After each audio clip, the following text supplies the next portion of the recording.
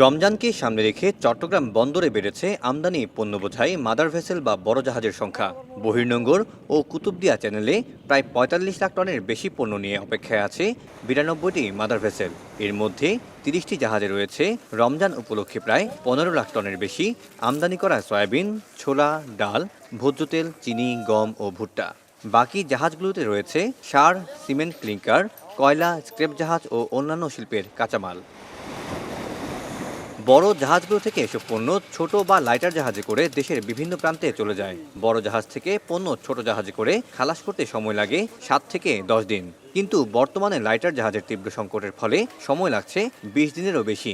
৯২টি mother ভেসেলের জন্য ১০৪টি lighter জাহাজের চাহিদা থাকলেও সরবরাহ করা গেছে মাত্র ৫০টি। অন্যদিকে সরকারের আমদানিকৃত বিভিন্ন ধরনের সারবাহী অন্তত ১০টি মাদার ভেসেল গত এক সপ্তাহ ধরে পায়নি কোনো লাইটার জাহাজ। ফলে মারাত্মক ক্ষতির মুখে পড়ছেন ব্যবসায়ীরা। অন্যদিকে খালাস কার্যক্রমে এমন স্থবিরতায় প্রতিদিন গুনতে হচ্ছে অতিরিক্ত অর্থ।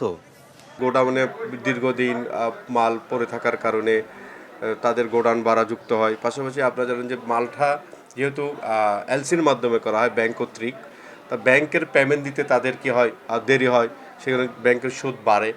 এই বেশ কয়েকটি কারণে আসলে পণ্যের দাম বাড়ে এবং ড্যামারেজ বেশি গুনতে হয়। অতিরিক্ত ২০ থেকে ২২ দিন লাগতেছে। এই ২০ থেকে ২২ দিন লাগার কারণে আমরা যে স্টুবিডার আছে, আমরা শিপিং অপারেটর আছে, আমাদের কিন্তু অনেক কস্ট বেড়ে যাচ্ছে। যেমন মনে করেন আমাদের আগের একটা জাহাজে মনে করেন ৮-১০ লাখ টাকা মজুরি আসলে, এই জাহাজের এখন মজুরি আসতেছে ২০-২২-২৪ লাখ টাকা। এদিকে ওয়াটার ট্রান্সপোর্ট কোঅর্ডিনেশন সেলের তথ্য মতে দেশের ৪১টি ঘাটে আটকে আছে ৬৩১টি লাইটার জাহাজ। এর মধ্যে ৫১টি জাহাজ পরিবহন করছে সরকার আমদানিকৃত সার। সংশ্লিষ্টদের দাবি, এসব কারণেই জাহাজের সংকট তৈরি হয়েছে। আমাদের এখানে আগে জাহাজ চলতো ১২০০, এখন ধরেন ওইখান থেকে ৩০০ জাহাজ চলে গেছে মংলায়, এখন জাহাজ চলতে সেখানে ৯০০। এর মাঝে আমদানি বেড়ে গেছে। তা আমদানি বেড়ে যাওয়াতে আমার ডেলি যেখানে ১০০টা জাহাজ লাগতেছে, আমি ১০০টা জাহাজ সাপ্লাই করতে পারতেছে না। অনেকগুলা জাহাজ যখন কার্গো যখন একসাথে আসে, জাহাজ গিয়ে ওখানে লাইন ধরে যায়। ওই ম্যানুয়ালি আনলোড করতে গিয়ে এক পর্যায়ে এটা গোডাউনের পর্যায়ে চলেই যায়।